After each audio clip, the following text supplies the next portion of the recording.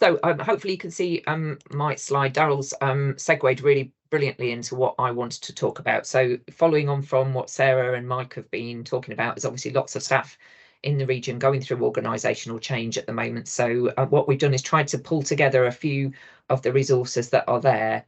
But it would be great if people can put in the chat anything else that you can think of that would be helpful, because we realise this is quite a long process. And I'm certainly aware that I know the national One NHS Finance team ran some help with interview training, which took place last week. But but looking at the timescales that people are working to, it might be good to have some of that later in the year. So please do let us know if there's anything else you can think of that would be helpful.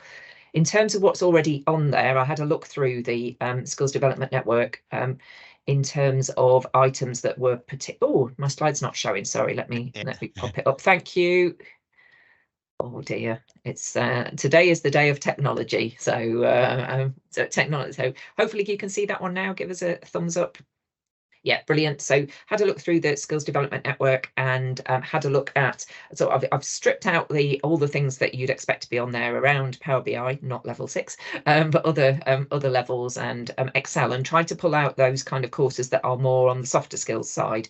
And we have got a few things coming up around time and workload management, career planning, something around pension changes if you're at my end of your career and you're interested in that kind of bit, but also a really good course on communicating with excellence, which is not only about communicating as part of your job, but also in terms of putting yourself forward in the best light if you are going through change and needing to go through interviews. So as Daryl showed you, we've had a number of events on the SDM programme from the beginning of the year, but there's been a really we got our latest programme approved at our board a couple of weeks ago, so there've been a lot of new events that have gone on there, and there are still more to come.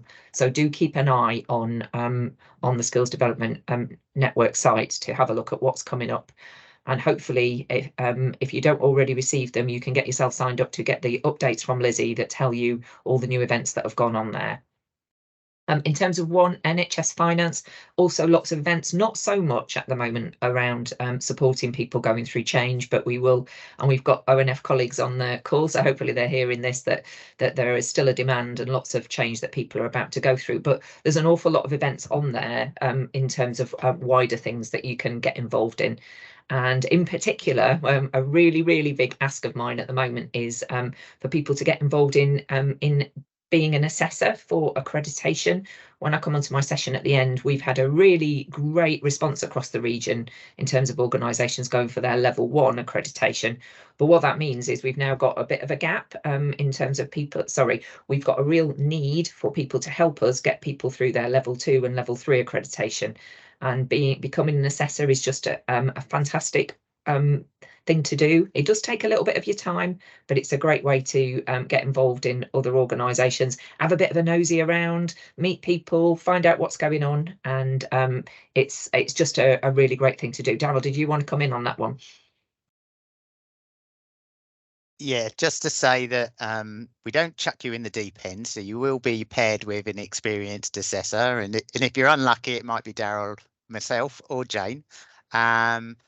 And also, if your organisation is going for level 3, it is one of the new standards that you have to have an assessor.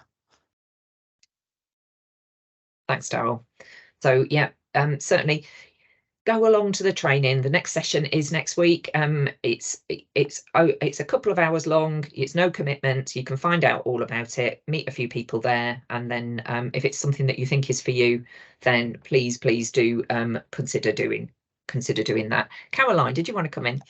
Yeah, just very quickly, because I'm considering it, but I can't do that date. So how often do you actually do your assessor training? So I think there've been quite a lot of different opportunities. There was one a couple of weeks ago as well. So so I would just drop an email to One NHS Finance, and or indeed our colleagues on the call might well put something in the chat about how often they happen, but they are fairly regular. You can also watch it on a recording online.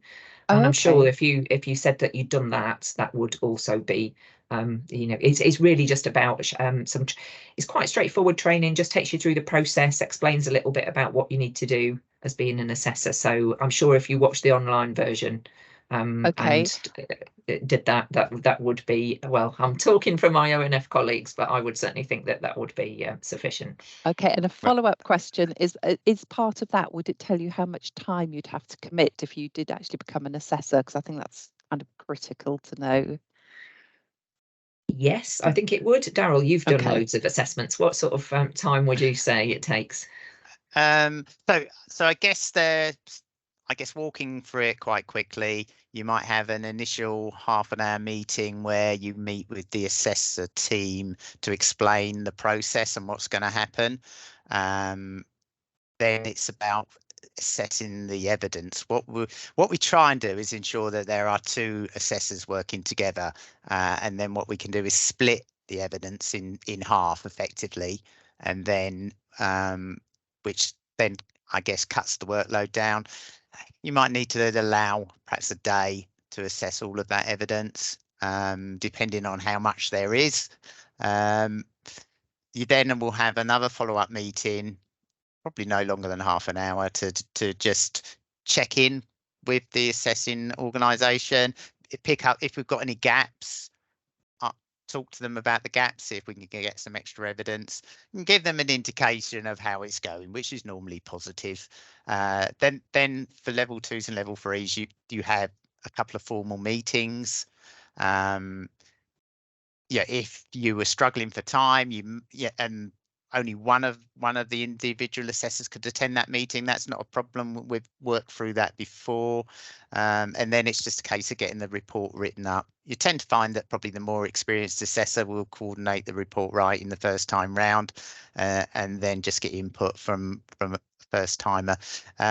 You might have to put perhaps 2 or 3 hours into that report writing it the first time round. If you're taking the lead on it, you might need to sort of set aside perhaps a day over the course of a few weeks to get it all together. And that's about it really. There's a little bit of to and froing in terms of agreeing the content of the report, but again that's in minutes really. Okay. I think that's my idea, but you learn so much. I think the last assessment I did, I pinched a survey that is going to be used to sort of gauge feedback on the finance department. So you're always looking out for something that, and that saved me some time in terms of designing one for ourselves. Brilliant, thank you.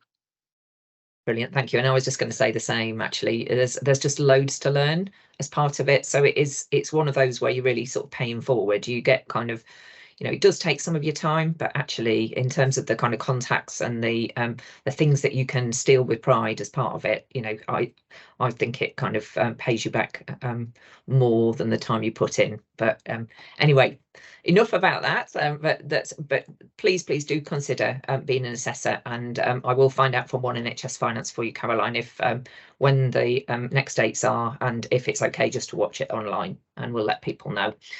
Lots of other events. There are some which are more around supporting staff. There is the Health and Wellbeing Conference. There are sessions on breathwork for resilience, as well as spotting and preventing burnout. But there's also on there, and I haven't put them all on there, lots and lots of showcases of the good stuff that's coming through the Innovation Forum, and also that value makers and other systems are doing. I particularly draw your attention to a session that our friend Daryl is taking part in on the 11th of October, which is all about engaging schools with NHS Finance. So it is one of the requirements of organisations as part of the One NHS Finance strategy, is to promote NHS careers. And there's lots of stuff like an NHS careers website, but there's no substitute for actually going and talking to people in schools and colleges and just making them aware that we do exist, that hospitals are not just about doctors and nurses. So if you want to find out more about that, then definitely encourage you to go along to that showcase on the 11th of October, which is online for an hour over lunchtime. So that's all I wanted to say about support resources. There are lots available. We will, if you've got any ideas for other things, please do put them in the chat or send me an email afterwards. And I'm conscious that there are colleagues who are going through the change on the call, or who might pick this up afterwards. My contact details are in the slide set, which will be sent out, but I mean, hopefully people know how to get in touch with me. But I'm very, very happy to have a chat with anybody who wants signposting to resources or just wants to talk through approaches to interviews or anything like that. Please give me a shout. So so I think that's the end of that session, Daryl. I'll stop sharing my screen and we can move on.